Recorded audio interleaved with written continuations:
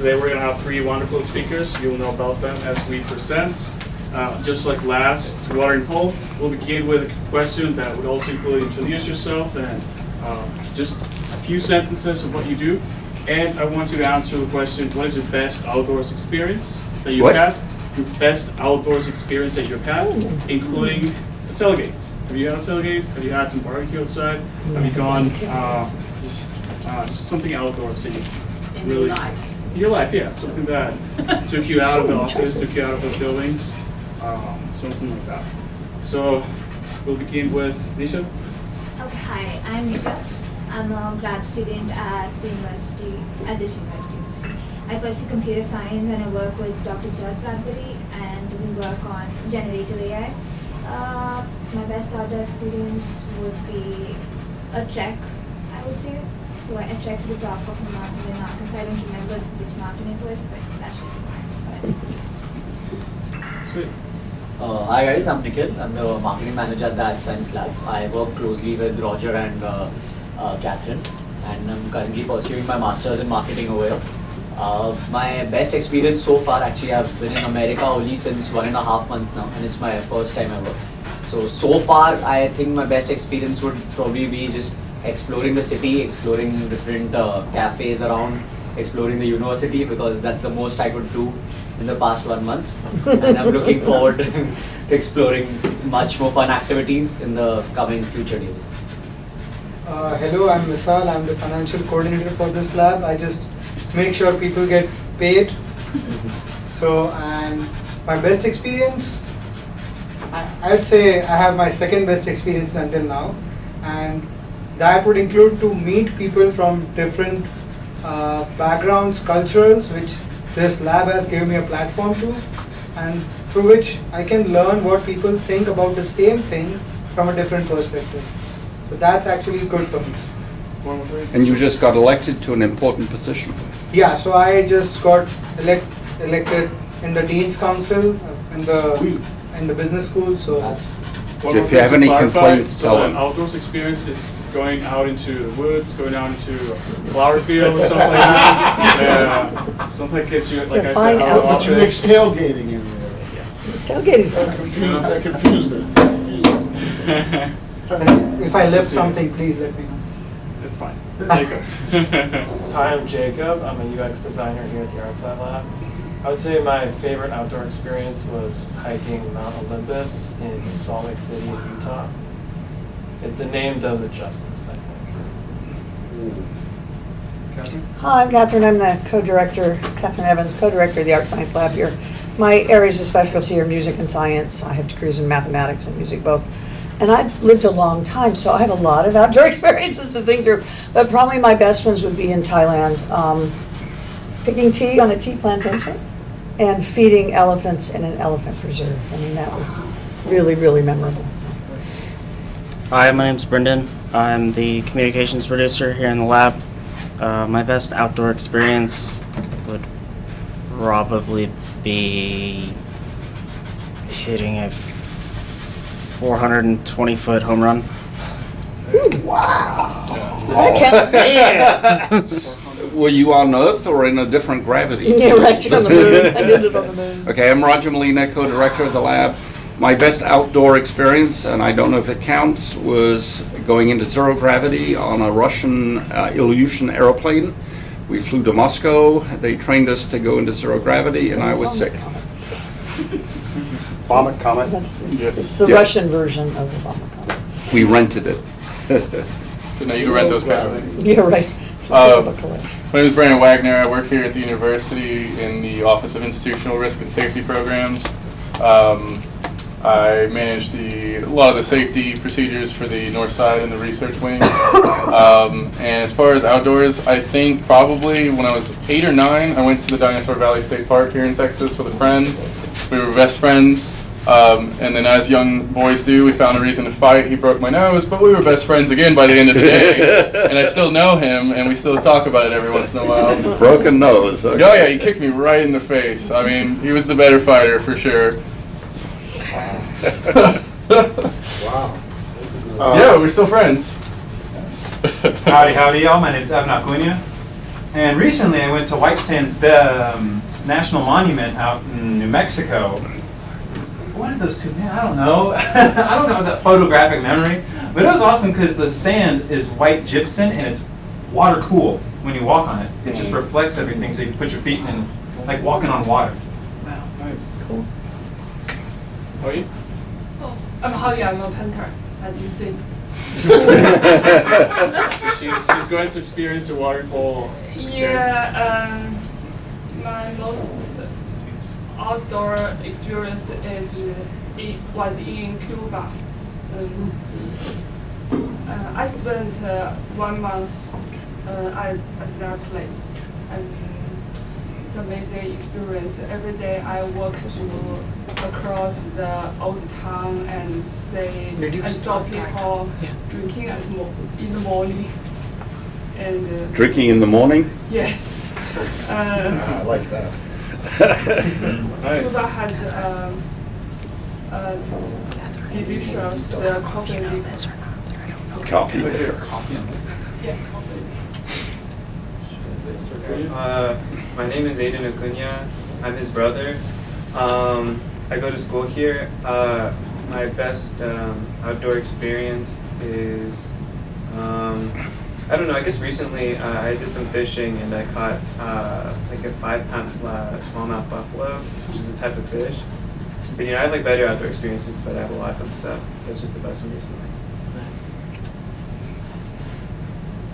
Clemens? What about him? There we go. My name is Vic. I got my MFA here 5 years ago in ATEC. I'm a retired aviator. Best experience outdoors. I'll vote with scuba diving. I can't give an exact dive, but being deep and getting the physiological high of narcosis is pretty cool. A cheap drug. a cheap high. Yeah. Nice. My name is Clement Lee. I've been in the ArtSciLab for 1 year maybe. I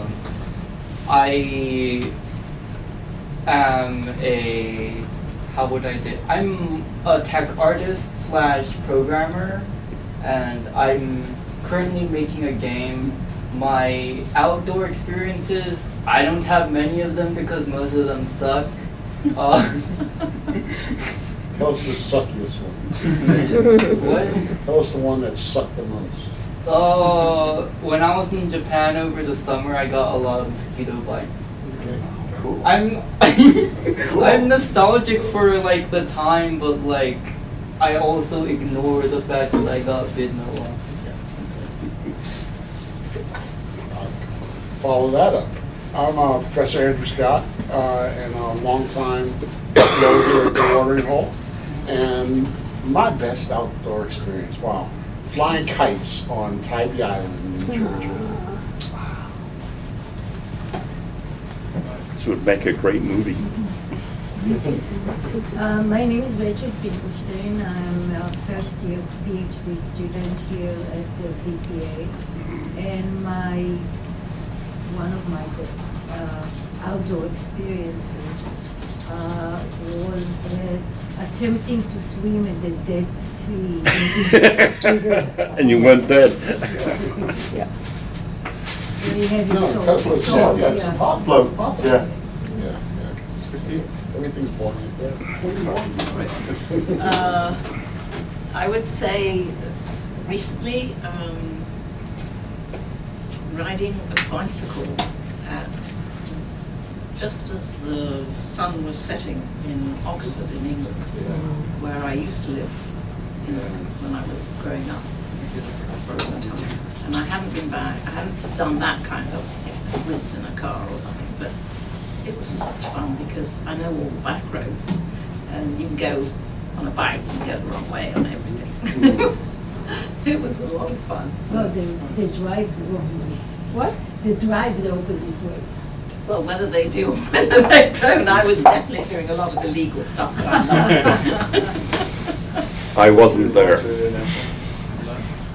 Well, thank you for answering your questions. My best outdoors experience My name is Alejandro Garcia. I'm helping organize this watering holes.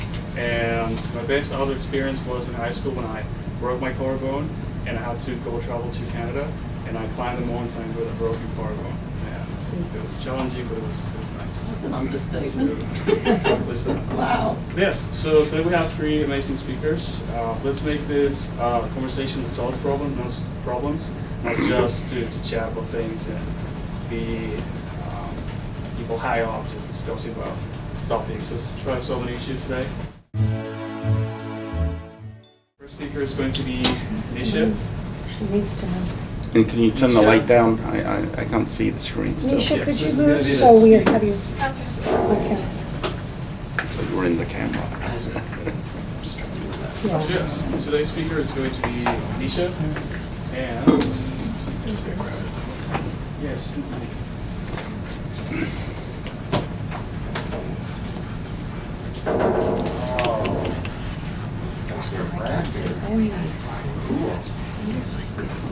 So last week I set up everything for using generative AI in marketing, and now I would like to talk a little bit more about the tools that I tested out.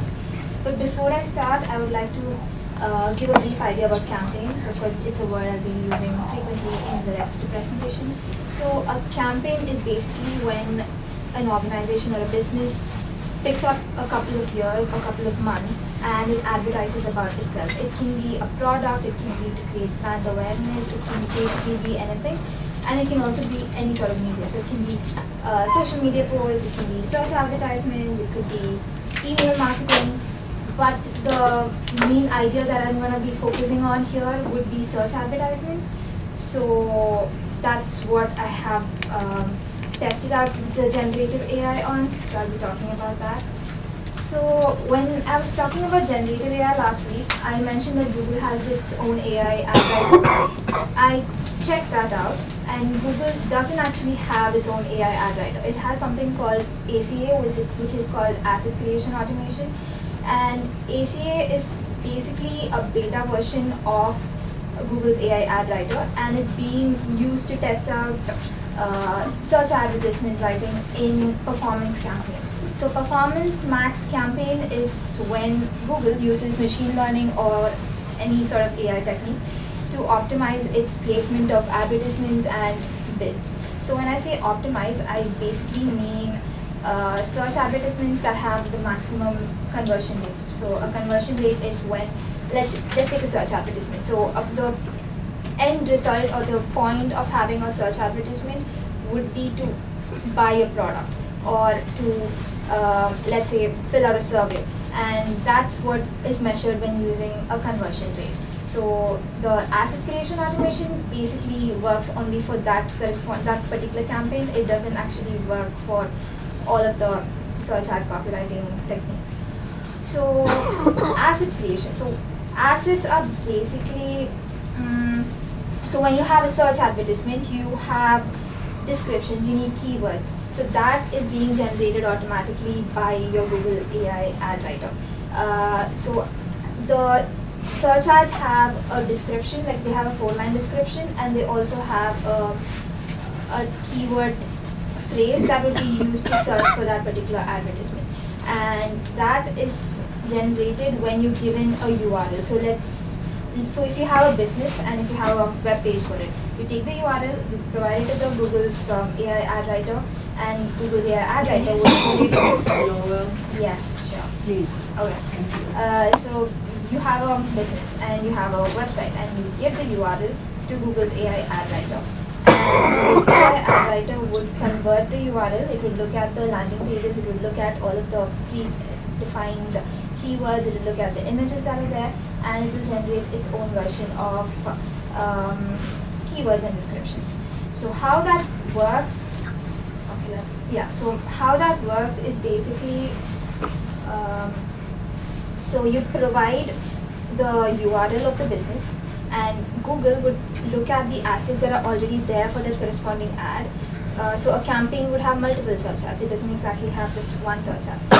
These multiple search ads have their own assets. So it would have their own keywords, it would have their own description. So it would look at the already existing database it would look at the keywords given by the advertisers, it would combine these two keywords, and it will give a pair that it thinks would optimally increase the conversion rate.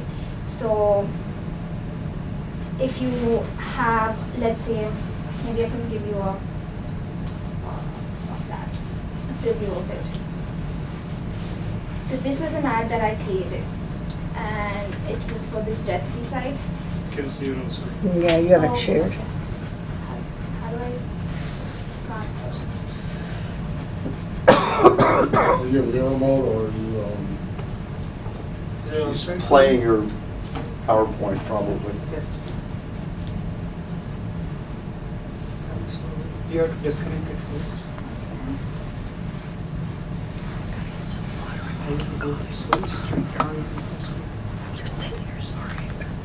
I can connect it. So this basically is a campaign, and a campaign has multiple ads. So when you want to create an ad, and this was the advertisement that I created, so it's there. so this is all text-based, right? This is reading text. Yes, it's all text-based, yeah. And this is Google's use of the word campaign, correct? Yes. That word represents a bunch of Google stuff. So a campaign is multiple advertisements. So Multiple what? advertisements, Advertisements, okay. Cool. Right, Coca-Cola has a lot of ad campaigns, like the polar bear. Sure, sure. Yeah. Campaign used in a business sense is, there can be a lot of different things, right? Okay. Yeah.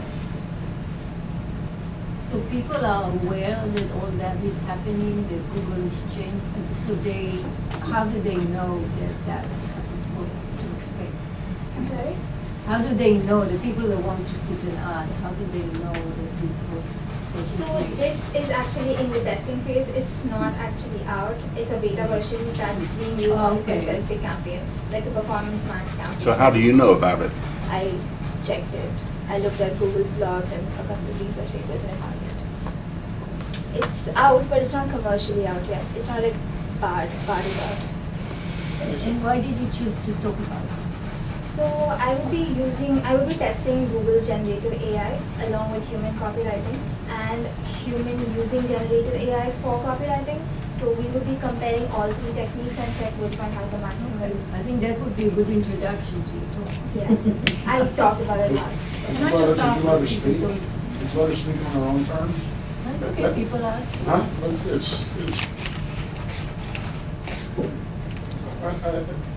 it's like, I don't think the critique is needed. I'm not critiquing her, I'm actually trying to understand. It's fine, it's all right. She knows me. Okay, so this was the search ad that I created, and the search ad basically would look like this. So those were the keywords. So this was the description that was there, and if you look for view asset details, it would show you all of the assets that I used. And these were the assets that were generated by Google's AI for this corresponding URL. And this was the URL that I used to create a search ad, and it's a recipe page, and Google provided it with these assets.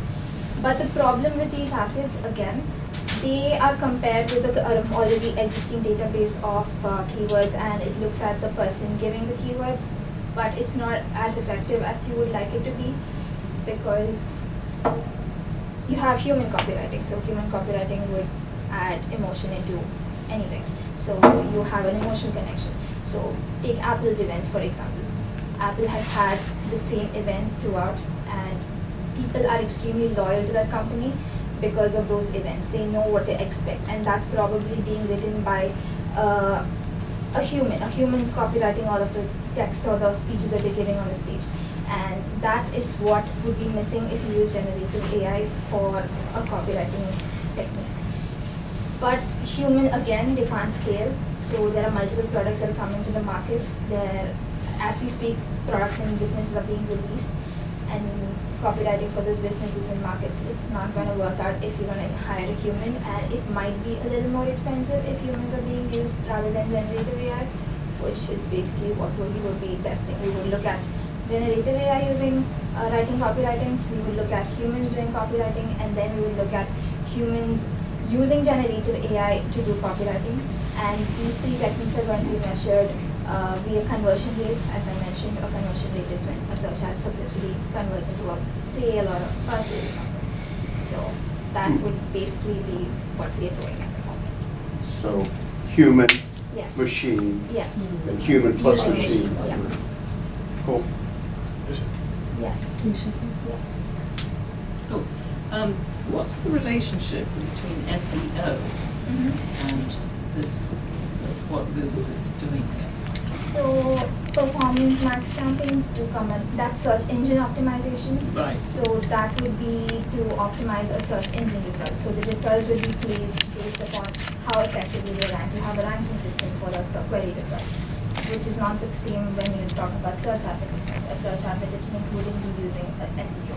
It would be using conversion rates. It would be using how, it would check how the search ad performed against multiple other advertisements.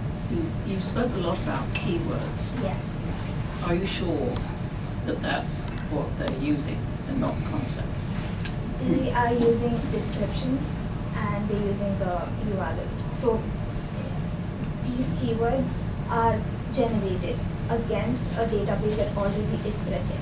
So this database that Google has already has a list of keywords that are performed effectively again for this corresponding domain, which is recipes.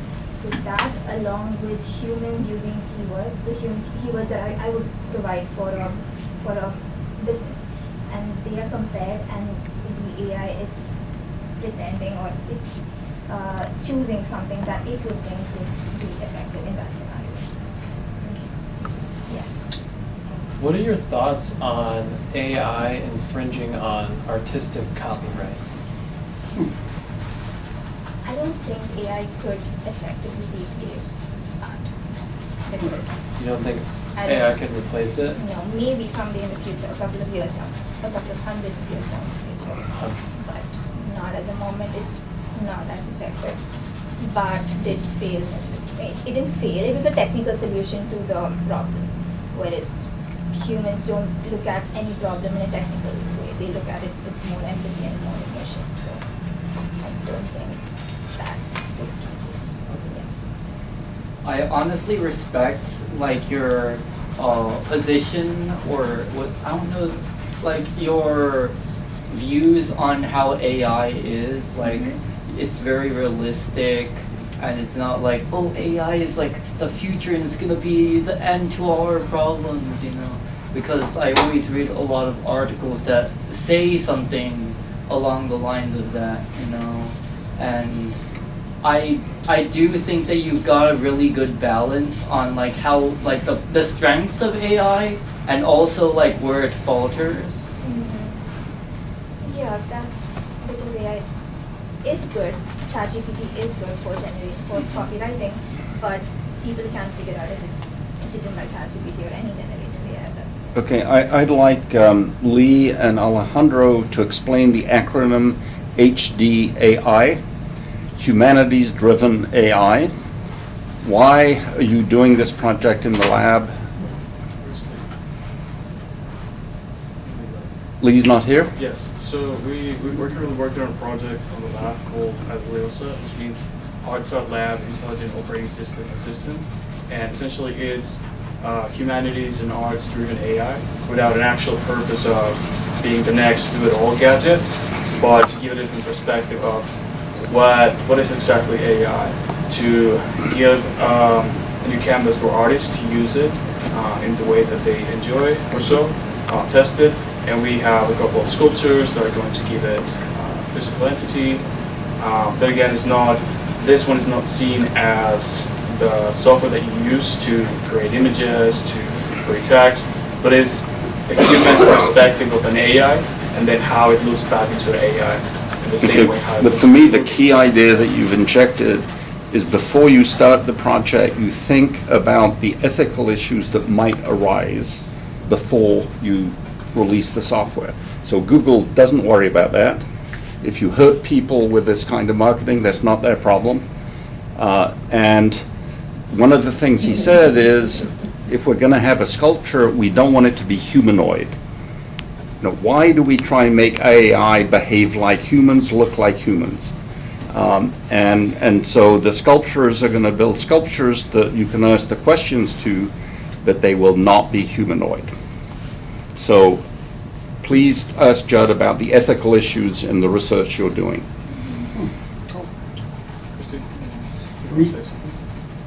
Nisha, are you taking, thank you for educating me about the campaign used by Google. Are you taking a class with Dr. Bradbury right now? No. You're not, but you've taken classes with him? No. Oh, really? Okay. I'm She in got the hired. computer science. Got it. She got hired on a competitive process. Very We cool. actually did a hire for the position that Judd ran, and he competitively looked at all the candidates, and she was.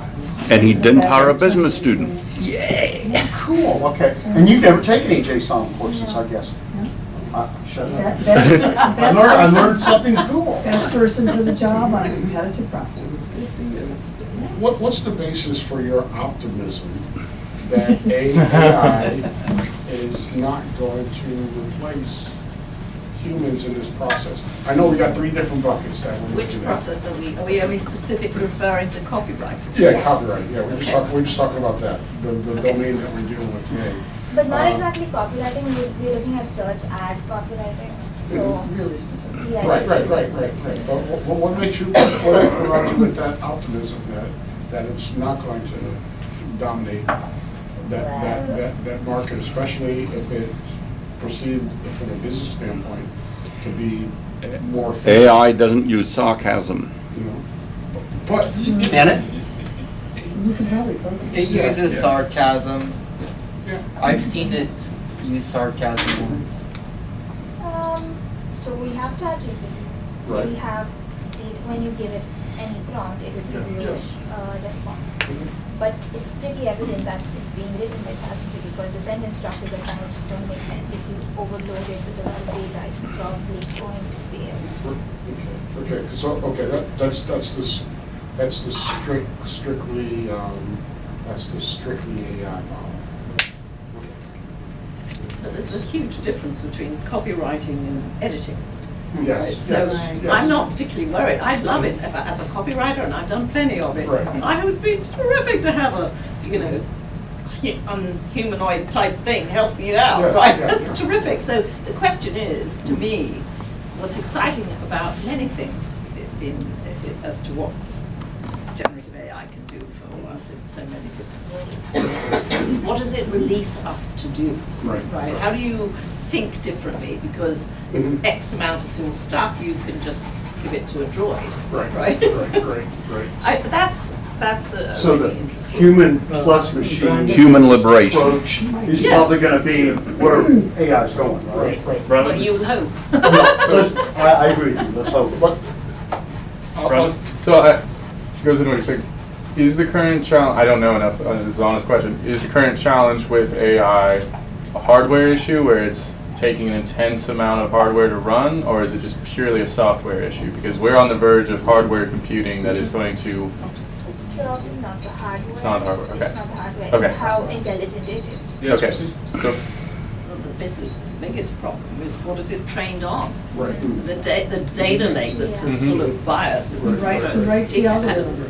It's all about who writes the algorithm Well, and it's who sets both. up the It database. could be and bias all in of the that stuff, algorithm, a tremendous bias in the data lake itself, and the key the thing that I found that really helps me when I first started using it was asking it prompts about things that I actually know, right? And there, my goodness, do they trip up, right? And then they always say, "Oh, I'm so sorry, I see you don't know." I'm so sorry. You know? Even if they give the correct answer, if you tell them they are wrong, they will change their answer to I don't know. They'll just say, "Oh, I'm so sorry, you're I'm not so sorry. satisfied." Right, You are let me try right. again. They will change their answer. We're gonna have the last thoughts of this topic.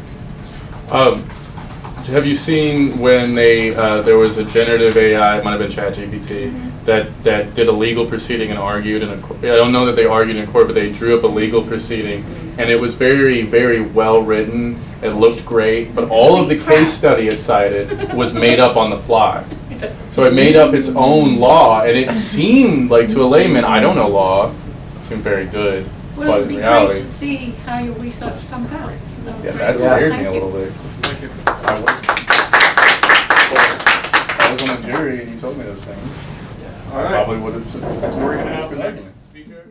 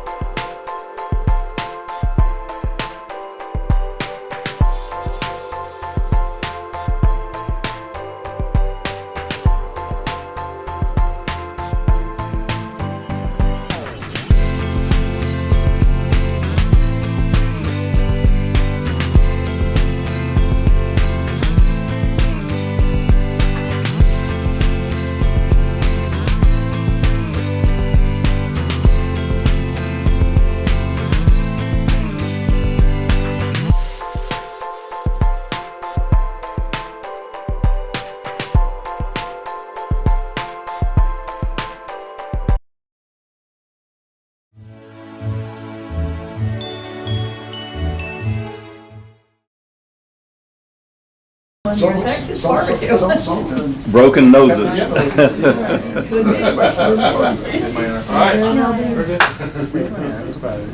Are you starting? Yeah. Oh, yeah. We have to find out where Hello everyone, my name is Jacob Hunwick. I'm a UX designer here in the ArtSciLab. I'm currently working on the physical and the digital presence of the lab. So we're going to be doing a workshop probably a few weeks from now to reorganize the objects here in the lab.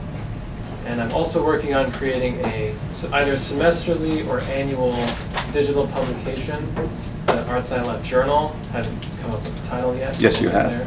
Well, I don't want to share it yet. I want to give away my secrets. I'm also a senior here at ATech, graduating in December. And as a senior, I have to do a capstone project. And the topic I've chosen is educating DFW citizens about water rights. So there are two pressures coming and that will put pressure on the DFW water system. First one is there's projections that precipitation in this area of the world will decrease as climate change unfolds.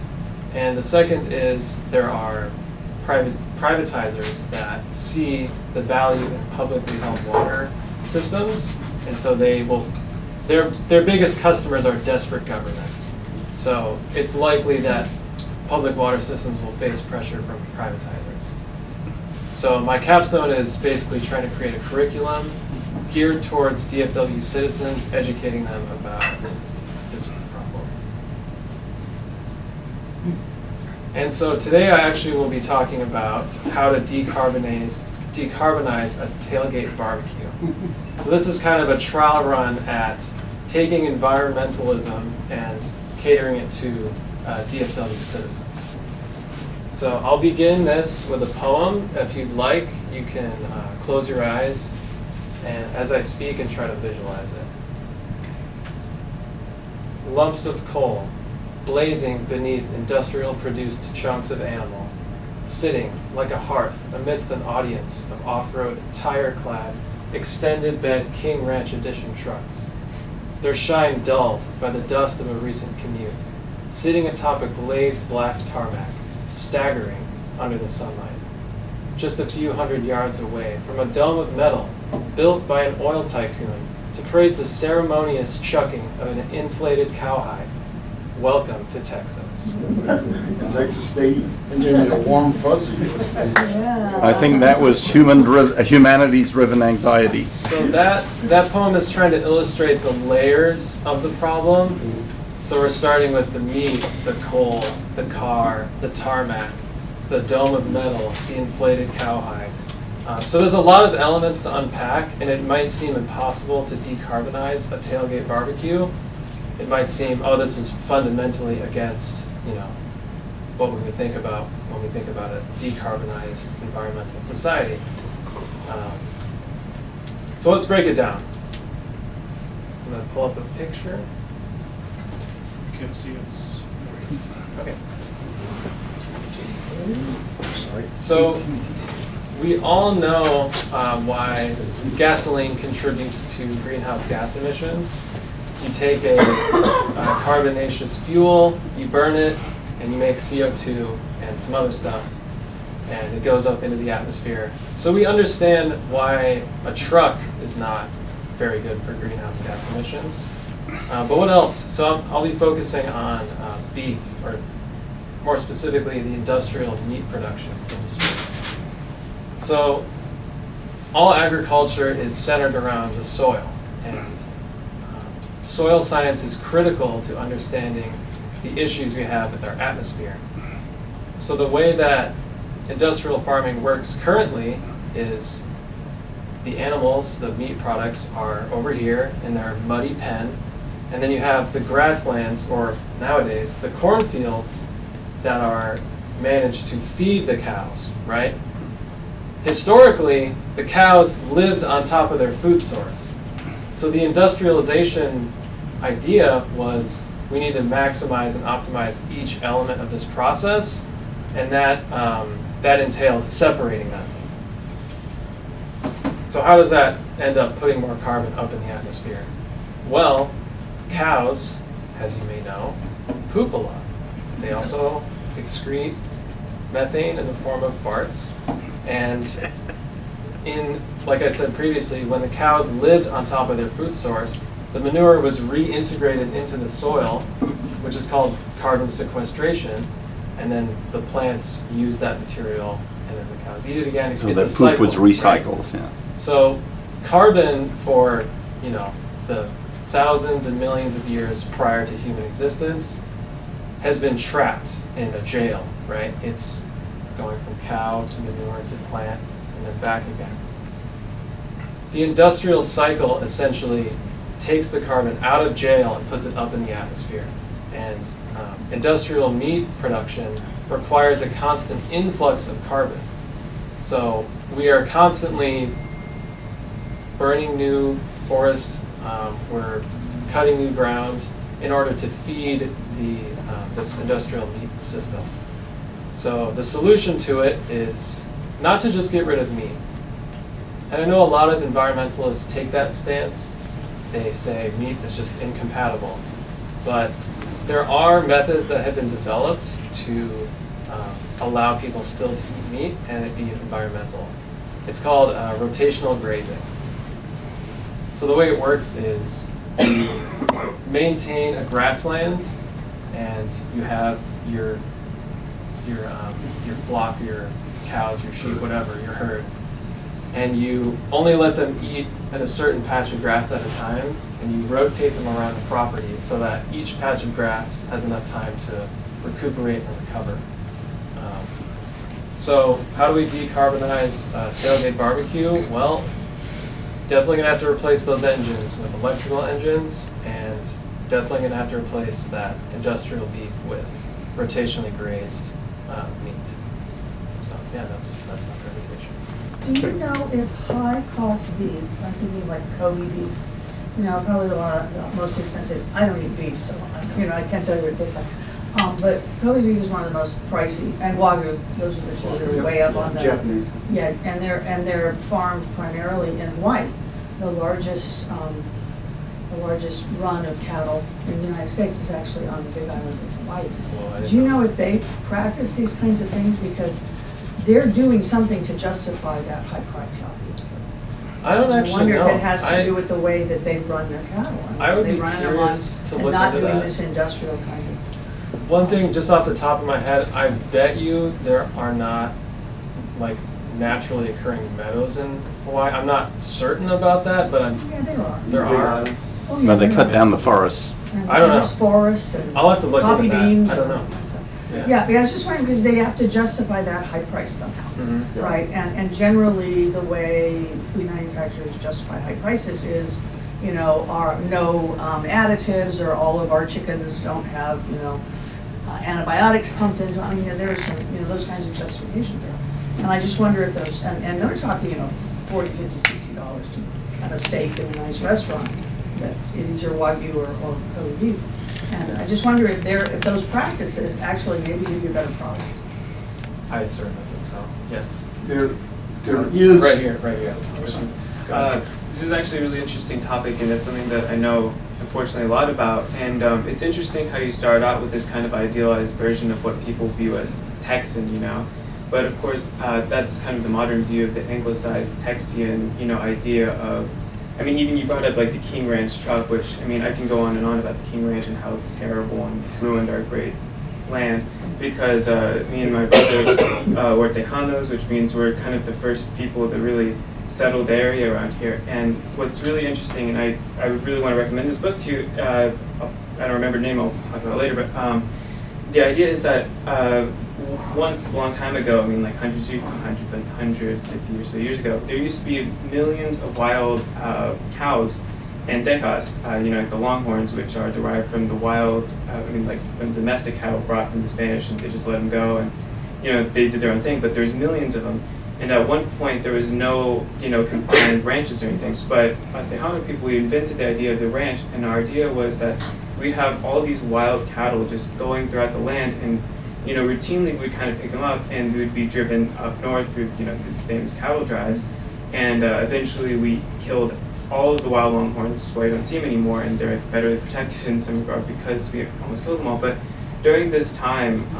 there was, you know, I guess you could say environmentally friendly, of course, having wild cattle, millions of them, in a place they're technically invasive is kind of an ecosystem disaster. But, you know, at one point we did have all of this, and, you know, as per usual with Tejas, everything fell apart when the Anglo invaders came. But, you know, it is possible. I mean, I think it's something that, you know, obviously going to be hard because Tejas has one of the highest private land ownership rates per any state. But, you know, this idea of like rotational cattle, it's something that can work. I mean, it worked at one point until we killed every single one of the millions that were once here. But, you know, I think if we're able to change the perception of what is Texan, you know, like you said, like these tailgates, big trucks, glorifying King Ranch and eating industrial cattle, if we can just, you know, perhaps change the idea of agriculture. I mean, I don't want to say it, but, you know, probably like land redistribution or something, you know, it could be something feasible to have somewhat more environmentally friendly. I'll have to get that book recommendation from you. Yeah. That was really informative. Yeah, it just talks about Scott. Roger has a question there. Okay, so how much does a cow cost if I want a living cow? Well, it depends on price and what breed. And, What? It depends on like the age, the breed, Okay, the gender. my wife and I will buy 10 cows and let them loose on this campus and see if they survive Yeah. and if the plants are happier than they are now. If You probably don't have to water the plants as much if there's manure. Surely before you were hired, there were cows walking all over. Well, exactly. I think that was the point just made, that this used to be cattle land. And you could eat a cow, just kill it for dinner, barbecue it. So maybe we should get the university to let cows loose on this campus. There's universities in I don't see that. Sorry? Yeah, Texas A&M does, yeah. And actually up in Plano, there's a couple places where there's still cows. Mayor McKinney bought a bunch of goats to cut down on their costs of cutting the grass. Yeah, and California uses goats on hillsides to eat the straw. That's, I have another question, and this is like back to your premise. So we start with meat and the carbon, the relationship between meat and carbon. And this, it is, I like salsa, right? So is an avocado as bad, we'll look at it from a carbon standpoint, as avocado farming is bad from a carbon standpoint as I think, as cow? I guess the point I'm trying to make is that it's more about the processes, Right. not necessarily the product. So I guess if you were to produce the avocado in a way that sequesters carbon into the ground, which is the natural order, because that also fertilizes the ground, then I think avocados could be produced in a carbon neutral or negative way. But I would assume, like, as they're produced today, they're probably produced in an industrial fashion where the soil health isn't maintained, so they have to put a lot of additives in, and so it's not, I would assume it's not. But is it worse than meat? Yeah, that's a, I don't know, maybe are avocado plants, are they perennial or annual? They're perennial, they're trees. Okay, yeah, then probably. I I'm not an expert on this stuff. just, Now the beef, it's not like the end of the world, but, you know, cows are two-ton walking pile of water, and these, like, gallons a day. And an avocado plant might make a gallon a week.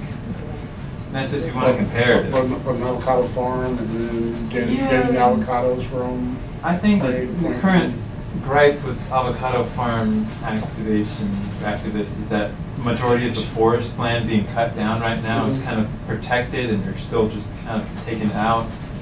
And transportation, yeah, just a personal note, your rotational pasteurization model, right? That's the way I buy my beef that I cook at home right now. There is a niche market out there.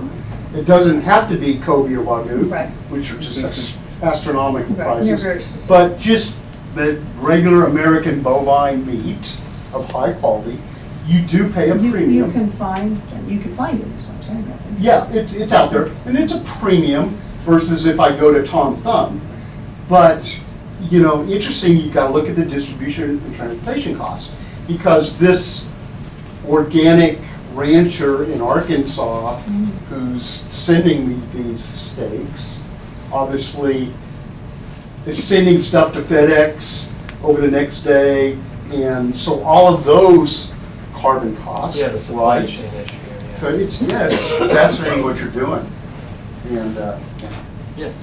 There are stores out there that sell like Wagyu and Kobe, but they don't sell them in like your typical meat packages where there's like multiples in there. It's just one. And there's a store specifically, it's called Wild Fork, and they have, I had a buddy that used to work there, and they had a piece of Wagyu for $179. Yeah. And it was this big. Oh, man. And it was $179.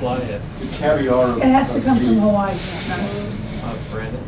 So, a couple of context, why does Wagyu have a premium? Well, because it's transitioned from an actual farming technique that was done in that area, that's why it was named, to a marketing technique in America.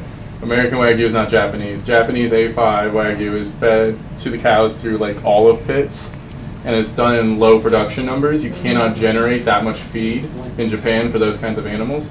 So it's also designated because of the amount of intramuscular fat. When you have fat on a steak, you want it inside, in between the meat as much as possible, not on the outside. Right? That's what choice, prime, that's what those mean, is how much intramuscular fat is in it. The electric batteries, at least in Texas, you're going to have to change the way it's generated, because if you increase demand, it takes years to roll out efficient energy. So if you increase demand on the electrical grid, you can expect more natural gas to be coke or pet coke is also something people have experimented around with for short-term generation capacity, and it's terrifying, not good. The other thing, I think you're hitting on an issue of complacency and not ignorance. We've been doing like the dual cropping forever, where if you have a nitrogen pulling plant, it takes nitrogen out of the ground, you have to plant clovers, right? And you go from year to year, you change the plant you grow. Yeah, and so we've known for a long time that there are ways to change the soil and work around it properly. I just don't think people give a shit. So the actual issue with industrial farming, the technique they use that destroys the soil is tilling. So they basically take a 2-foot deep a rake basically, and they destroy the microbiome within the soil. They do that like usually, I don't know if it's annually, but like my brother works on a farm in New Hampshire that doesn't use those techniques. It's no-till. So rotational crop does return some nitrogen, but it doesn't maintain the integrity of the soil. That's the problem. Sure, and I didn't know that, but my point is mainly that I think people understand there's better ways to do things. I think most farmers know. They just it's an efficiency issue. They don't find it's going to increase their bottom line, and that's it. That's it. And so reduce the number of people. No, don't say that. So if you grow up in California, you drive down to Central Valley, which I did a lot of. Start a new San Holocaust. Francisco, I moved to Los Angeles, San Diego. You go through Stretch, and you always know when you're getting there because the smell precedes when you actually arrive, and it's like roll all the windows up time. I am sure that is industrial, because you go past miles and miles and miles of cows all stuffed together in bins, and they're on dirt and Right. mud and grass. And that's probably one of the the Central Valley of California provides like 75% of the food to the United States. So that's an enormous facility that must be doing what you're talking about. And it's cheaper, probably. Was it on Yeah, it's Highway 5, and it's, you get about halfway down in Central Valley, and then you go for miles and miles. Alright, so. Okay, Last next question? speaker. Last question. So I was wondering, like, if you had like you did present the problem very clearly, but I'm not sure if you like offered rotational like grazing or something as the solution, and if that is the solution, what's your how do you incentivize like the industry to switch to this new proposal? That's a great question.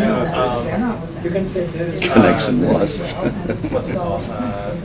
Carbon, what do they call them?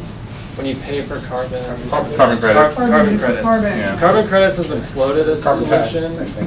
But I've investigated it, and I don't think it's that, I think what we need to incentivize is putting value towards environmental health.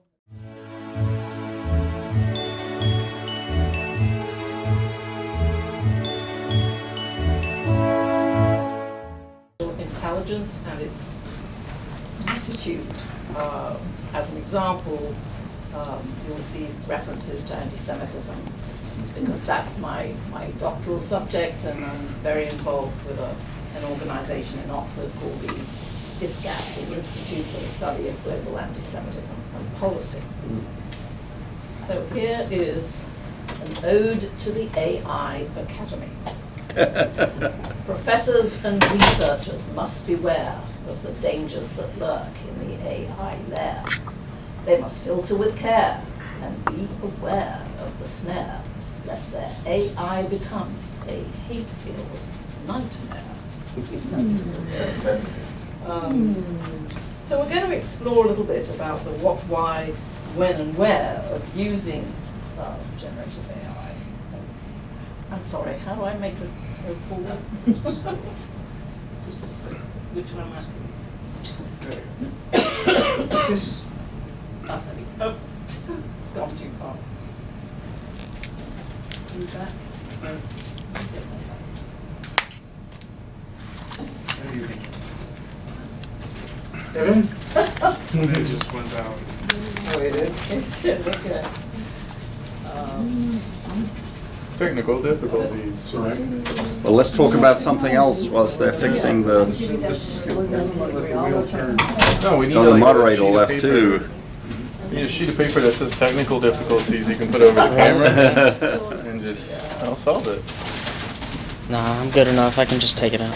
Right. Editing is fun. Just cut it out.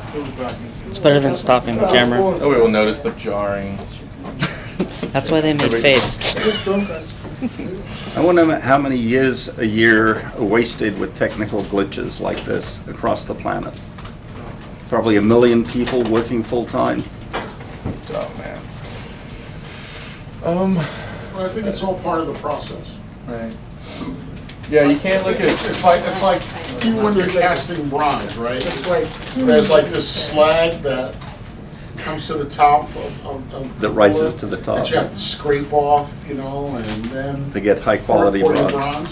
So, I think it's kind of. It's the detritus associated with it. I think it's kind of backwards though to look at. Okay. Oh. But I can do it for you. That's fine. So the title of my presentation is AIIA. It's a palindrome. And on the one hand, I've worked with AI, artificial intelligence, and on the other, I've always worked and developed something called information artisans, or IAs.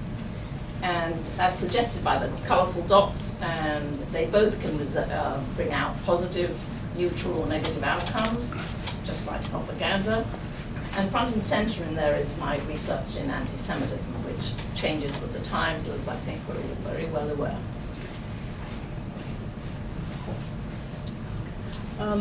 First, let me quickly review how I define the digital decision-making process.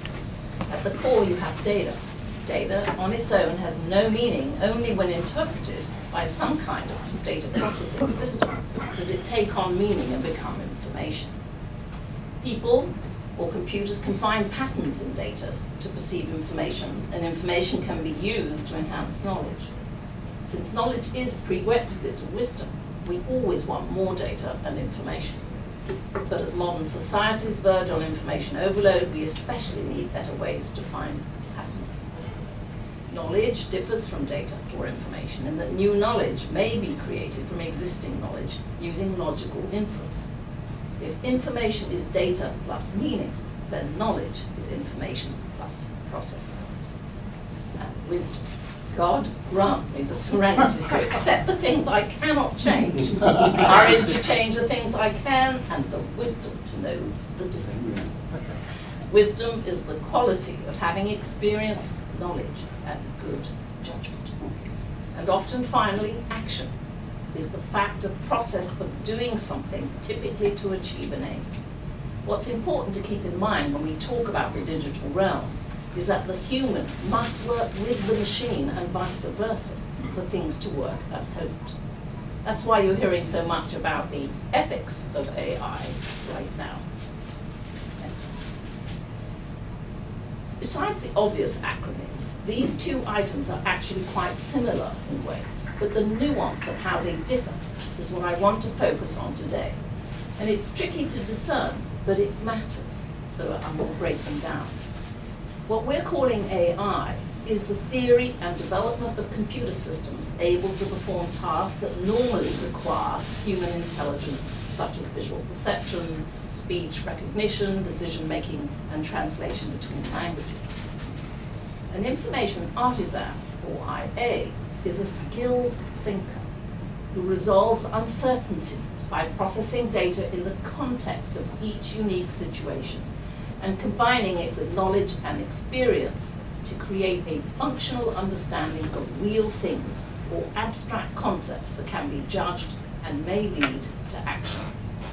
That's a rather lofty goal for anyone, yet the challenge remains that AI has gotten ahead of IA very quickly. I just want to, I just want to say that Rebecca Nix, who was a faculty member here, she had developed this information artisan context, and I think it's, you know, I found it to be, I never quite could articulate that, but I think that this is very important for everyone. It's not just some, you know, new term.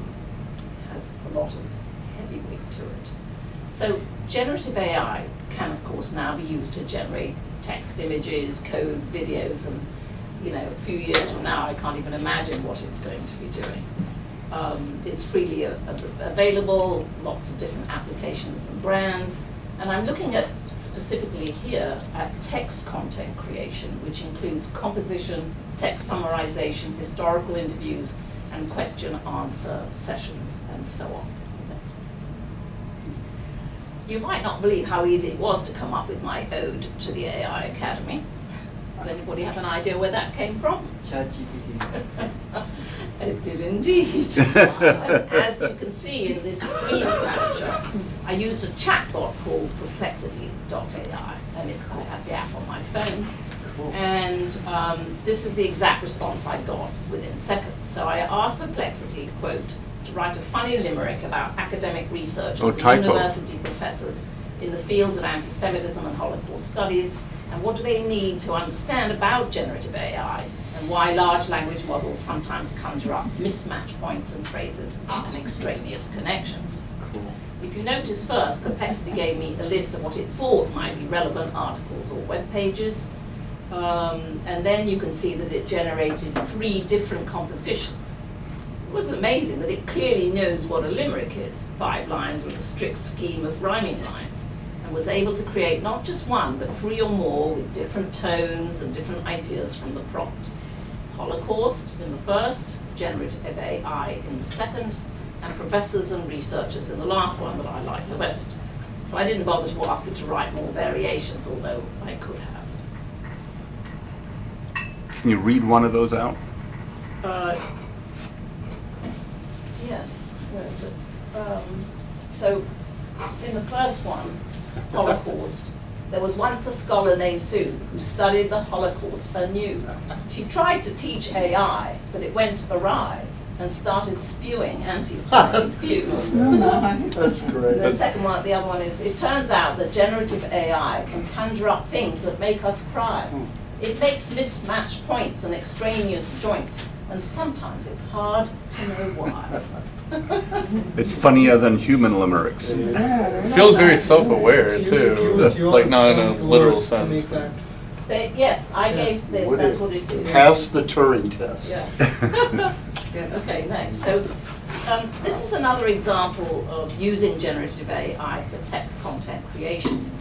My colleague Rebecca asked ChatGPT to summarize each of the original protocols of the Elders of Zion. There are 24 protocols. Explain what that is. Just to say what it is, the protocols of the Elders of Zion is arguably not only the most fraudulent, but also the most distributed piece of nonsense around the world today in every language you can think of. It was created by the Russian secret police in 1876, basically mostly on Maurice Joly, who was a Frenchman, and he hated Napoleon III, so he wrote this treatise on Machiavelli having a discussion with Montesquieu, and it was a thinly veiled critique of Napoleon. Had nothing to do with the Jews or anything else for that matter, but Napoleon found out about it and threw him in jail for 1.5 years. So the Russian police picked up this actually really well-written treatise and took it back to Russia. And then they were trying to figure out how to get the public's attention away from the bad ways that the Tsar was conducting the policies for his country. And they decided, well, let's just create something and make them think it's all the Jews' fault, right? So they took this treatise along with several other plagiarized fictional works and created something called the Protocols of the Elders of Zion. And today it's in the, Hamas uses it, I mean it's used everywhere, and I think Henry Ford, who was a very noted anti-Semitic, but he said about it, he knew it was a fraud, he said, but it just fits the moment, right? So you could take out the word Jew and put in the word Muslim and it would have the same effect. It just fits, right? We'll see.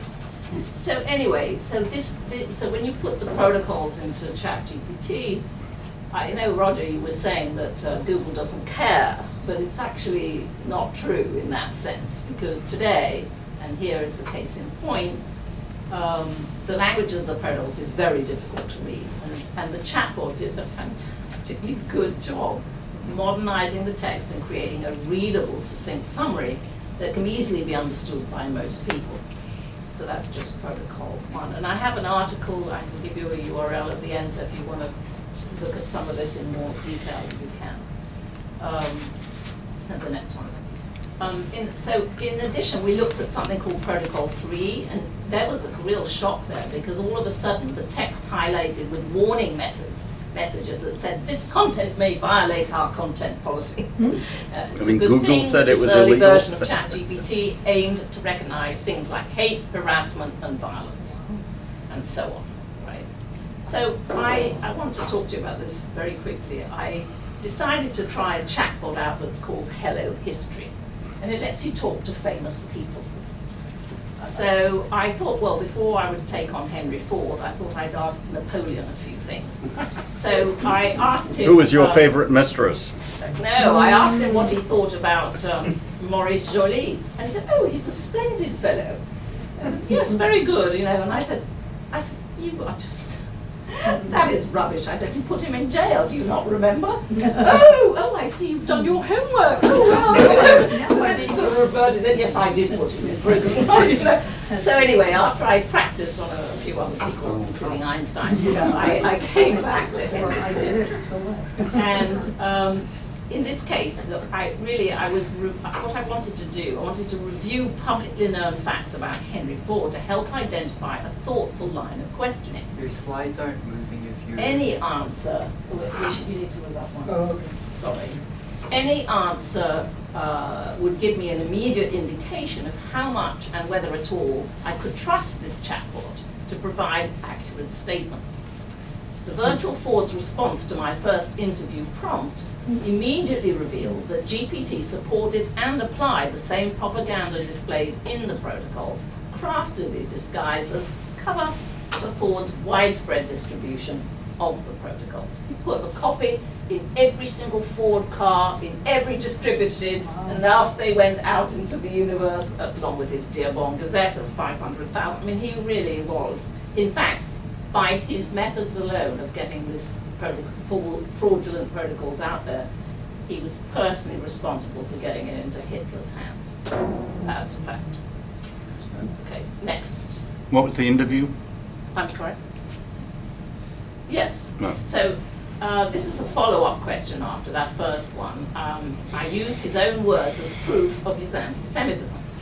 So Ford emphatically denied my accusation that he was an anti-Semite, referring to clever language in response to suggesting that the GPT algorithm might be biased against Jews. Avoiding my question, he generalized his response to not have to identify any incriminating specifics. In fact, this sort of political bias is running rampant in AI-trained models. The third interview question was constructed to encourage the virtual Ford to prove he was not anti-Semitic. GPT could only produce the fallacious argument that because Ford worked with Jewish people, he could not be viewed as anti-Semitic. This response shows how important it is to evaluate actions and statements rather than focusing on one aspect of given behavior. This is the final question I asked. His persona's answer to my final question was the coup de grace on my growing suspicions about the high level of political bias in the training data being accessed, and potentially also in the algorithm itself. Upon further probing this final question, hinted at GPT's predisposed tendency to minimize a prominent businessman's anti-Semitic behavior. According to OpenAI, the data training set included the widely used Wikipedia, which is a recognized source of biased information against Jews. Next one. So that might be close to what Henry might have said with the benefit of hindsight, but this famous photo shows him celebrating his 75th birthday by accepting the Grand Cross of the German Eagle, the highest Nazi award to a foreigner. And wisdom to know the difference. For anyone who knows anything about the Holocaust and anti-Semitism, this ought to bring a frenzy of cognitive dissonance, given the simulated conversation I've just shared. My cursory exploration of historical figure interviews corroborates the potentially dangerous outcomes of the uninformed or unassuming public's acceptance of computer-generated content. While it may seem extraneous, the reality is that generative AI in any flavor is changing the ways in which we live, work, and play, whether we realize it or not. So it must have been in 1938, approximately. What? This. Yes. Yeah. And then just the next one. So just very quickly, this is a session, a Q&A session, another Q&A session with AI. So for the last example I want to just bring up, I had a colleague, Lev Topor, who works with me at the ISCAP Institute, and he did a question and answer session with ChatGPT back in January of 2023. His exploration is detailed in a blog post on the Times of Israel. So this gave me a baseline to compare responses to the same questions in ChatGPT and Bard from July of 2023. He concluded that ChatGPT had provided generally correct answers regarding Jews and anti-Semitism to the questions that are up there. And next one. So their interfaces are similar. In ChatGPT, you send a message, in Bard, you enter a prompt. So I studied multiple responses for both bots to the exact same questions that Lev had asked ChatGPT 6 months earlier.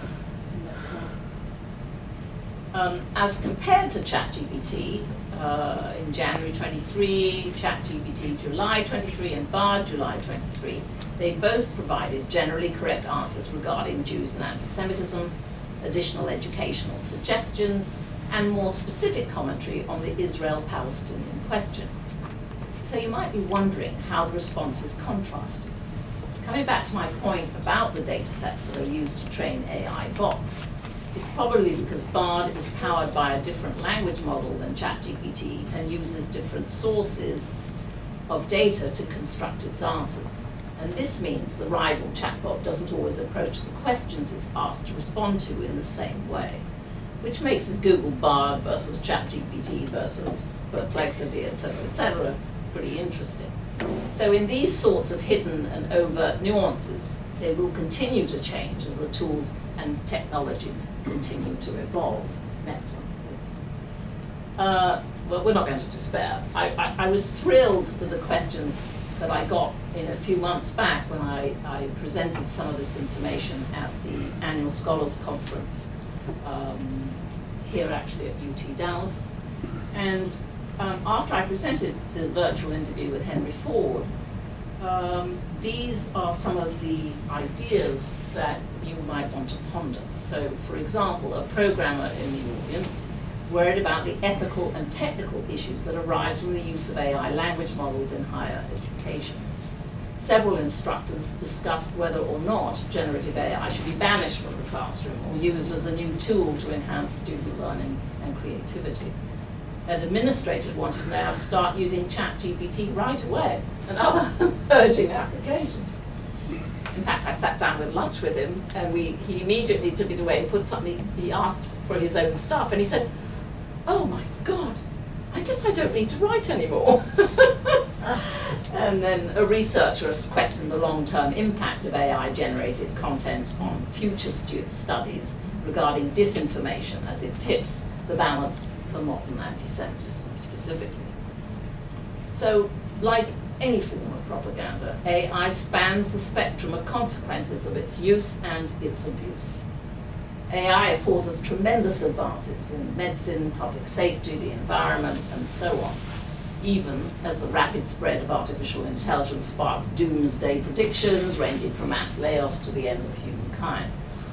But like any major technological advancement, the impact of AI is mixed. But whatever we say about it or don't say, it's here to stay. So with responsible development, and I believe that each and every one of us can play a role in that, then I think AI can vastly improve our world. Thank you. Cool. Great. Questions? Yeah. So correct me if I have a misunderstanding. So you asked generative AI play the role of Henry Ford as if they were Henry Ford. No, Okay. I asked a particular chatbot that's called Hello History. You can just go there. Okay. And you can choose from the, quote, famous people they list, and you can interview them. It's an interview chatbot, so to speak, right? So where does it get its information, right? This was ChatGPT 3 that I used at the time. I did it about less than a year ago. But anyway, that's what it was using, but it was therefore accessing the trained data lake that is full of biased information, for sure. Sure. So where I'm going with that is, as a layperson, I feel like that was fairly accurate to how Henry Ford might have spoken. A lot of people use obfuscated language when they get directly called out on hate speech, right? They don't necessarily want to go directly in on what they're really saying. And so what would it have said that would have been better? right? What would you like to see if I asked Henry Ford this? What kind of response would you like to see if Well, that here's one the wasn't point. satisfactory? The reason why I felt that I could really get a gauge of how accurate the chatbot was being is because I know the subject very well, right? So, you know, the facts are indisputable that he was a rabid anti-Semite. So if the questions that I asked, it was clever how he came back, right? And so if you weren't informed, didn't know anything about Henry Ford, he sounded a pretty good guy, right? And so you don't, that's what's dangerous. That's what's problematic about taking at face value what a chatbot gives you, right? So when I say better, if he'd been truthful, he could have said, well, yes, I was sued for $1 million and I lost it because I defamed, you know, one of the greatest refuters of the protocol. I mean, there's so much information out there where he could have said, well, you know, I learned, because at the end of it all, he actually retracted. He had to close his newspaper. He had to actually say, well, no, I didn't realize it, I didn't know. And I mean, he did know, of course he did, because nobody published anything in his Dearborn Gazette that he didn't approve of. But he never admitted it. Okay. I'm curious, Doc. Yeah. I love your presentation. I don't know much about the historical Henry Ford, but I think you've studied that subject. Yes. Did he have that, you know, I'm sure he's an incredibly creative person. I don't think that. Absolutely. So he had this intellectual, he would be able to carry on an intellectual conversation at that level, you think, the historical Henry Ford? Was he that sophisticated? Yeah, he was very sophisticated, Okay. but he came from, where did his anti-Semitism come from, right? It doesn't just, you didn't just pick it up, right? It's in your childhood mostly, right? I would love to hear your opinion on that, if you don't mind sharing. Well, I've tried to read up on that, right? Yeah. And my sense is that just as it is today, it's in the air, right? It's around him, right? It's just like, you know, the way... Vegetarianism. Yes. Okay. What, any particular form of Christian? Yes, he had, yes, Promise? but I can't remember. But Okay. the Christianity part is very important. Sure.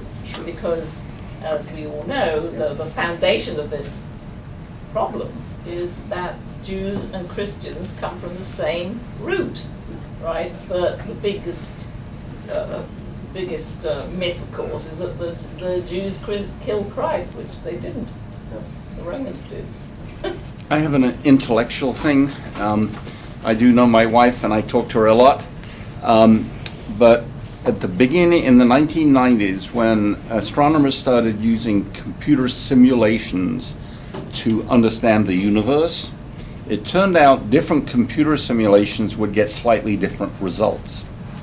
So NASA, in its stupidity, said, okay, we'll use 6 simulations, and if 4 of them agree, then we'll believe the 4 of them, and the 2 we'll ignore. Maybe we should be running, maybe every student should run 20 AI software packages on the same question and compare the answers you get. That's what I did with Right. ChatGPT. But then you take a majority vote on truth. And I remember at the time, the scientists said, hold on a second, if the majority of the computers simulate it this way, they must be right. It's like a voting system. No, I mean, at the time, there was a huge controversy that NASA funded 6 different computers to simulate something in the sky. Regression to the Can I just mean. say that regression to the mean. What's different, though, is that that in this particular case, these different chatbots, even though they are different, but they're using the same data lake, right? So The same data, but not bias the is same there, language model. right?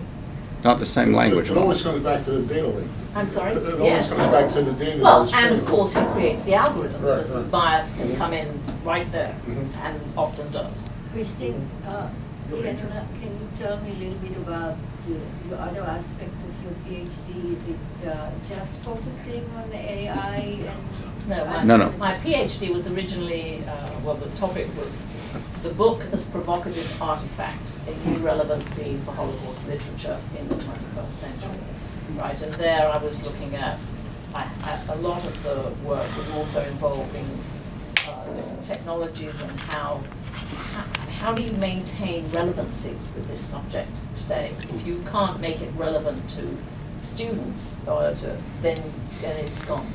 Right? So you have to work with how they work, and that's part of how AI fits into this. And so you're teaching here now? No. She should be. She should be. No, I'm busy. I hope it'll be out soon, and when it is, I will give everybody a copy. It is a new approach to breaking the hold of the protocols on this, the whole planet. I mean, everywhere. That people often cite it, but 99% of the people who do have never read it. Because it's absolutely unreadable, which is why the ChatGPT version is fantastic. Right. Yeah, sorry, you had a question. Yeah, Clement, I think. Yeah.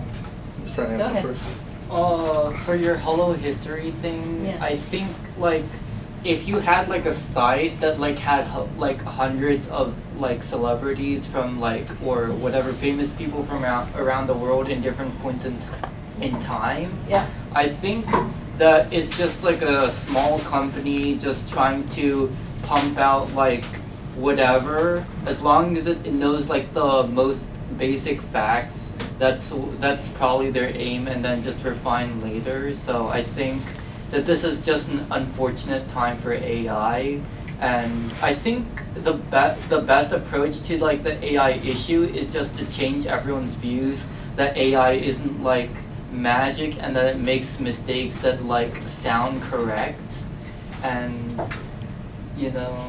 Well, I think you're perfectly right that the issue of sound correct, feel correct. Yeah. Remember that the natural language program that is at the foundation of the generative AI that you have access to today, it's fundamentally made to be conversational. That's what NLP is.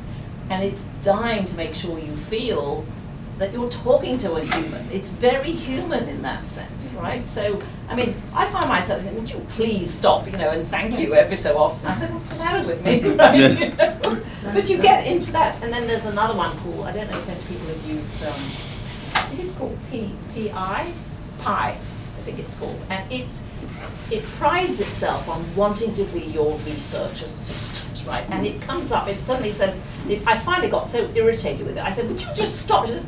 I said, you're just repeating yourself. He says, oh, I am. I'm repeating myself like a parrot. I'm so sorry. Shall we and he gets you into this conversational thing. It's hilarious. But it's a companion for lonely people. No, but that's Lee's point of not making AI humanoid. But a book is not humanoid, right? You can read the book, you can read the index. It doesn't behave like a human. Right. Yeah. But it's but this is why understanding for people who are not involved with computing other than using it in their work in some way. Technology is all around us, but actually learning to understand how to question AI really matters, because half the time you get it'll come back and says, I'm sorry, I'm a chatbot, I don't know how to answer that. And you say, I know perfectly well you do, you're just refusing. Well, then it'll finally admit that my guys behind me have told me I can't answer that question. So then you just rephrase and you get it, right? But you have to work at it. It's really an interesting experience, but it makes you think much more carefully about how you ask questions. I think that in some ways, in trying to draw a bow around many of the things that we talked about, I'm most optimistic about the human AI interaction level. I think that's going to be the place where the greatest benefit, I think, is going to occur, because I feel that what's happening, which happens in almost every generation, we learn to process information in new and different ways, and expanded ways, but there's the human interaction with the information that yields all the that produces and yields the creativity and benefits from the technologies, and I think that's what's really that's what's really, because in writing, and I actually use I use ChatGPT a lot for writing, and it's because it's helped my editing. Yeah, it's great. It's excellent. It's helped my editing. You Well, know, it brings and- up and new so- ideas. It gives you new vocabulary. Right. But the school is against it. That's not, I think it operates on an individual professorial basis. Okay. I don't think that the university as a whole has adopted it, because it's impossible for them to, because a professor could have a bias for or against it, but I think we're all, when we pick up our phones and we're sending texts, we have fills on the text, and that's the same technology. But it's going to be interesting Yeah, to see especially- how AI learns to evolve with, say, just thesis, PhD type programs, because it's quite fascinating. I'm very familiar with the DIKW pyramid. Yes. And I loved that you added action at the top, a wisdom in action, so to speak. I love that. It's quite kind of cool. And I think, yeah. So I'm gonna follow up on what I first asked. Maybe I'm trying to make lemonade out of lemons here, No, I'm sure we but That's a ChatGPT quote. I think the Henry Ford interview was actually incredibly useful, because you could put somebody in front of it and demonstrate the rhetorical techniques that these kinds of people use. And I think that is actually incredibly useful. And if you could put a disclaimer, but I don't think you should completely wipe off the face. I'm not suggesting that that's what you're saying, but a lot of people, I feel like they want to wipe off the face of the earth all of the things these people want to say, the language they use, everything they've said, right? And I think that it's useful, because if you had to argue against Henry Ford and the circular logic and the rhetorical techniques that they'll use, I think a lot of people might actually find that they might not feel like they win a debate with them. And they I think you're right. And then they might find, oh, I need to think about how these people operate in the way that they operate. And this is... I mean, for him to come up and say, well, I work with Jews, therefore I cannot be anti-Semitic, right? That's a classic. Yeah. Well, some of my Jews are some of my friends are Jews, therefore I cannot be. That is a classic, right? Yeah, I'd like to see certain people who may have ideas about this, like, actually try to argue about this, because if you have a public engagement, somebody comes out with this rhetoric, however much or little. They do frequently. Yeah, you might not be equipped, even if you have all of the facts, you might not be equipped rhetorically to fight this. This is a very good point what you're bringing up. Yeah. And I mean, there's a lot one could do with that, because he has got radio interviews. I mean, there are things where if we said to ChatGPT you could only use his own words, nothing else, well, they'd have a hard time. Oh, yeah. I appreciate it. Yeah. In the past, when I draw a model, when I make a figurative painting, that model sits in front of me, but this time it's totally different. Like I saw the backs of people. During this meeting, people move, and there are some detail and some micro expression on your movement. And I noticed people around and talk with each other. So I use the flexible line, and I also noticed that many people wear glasses.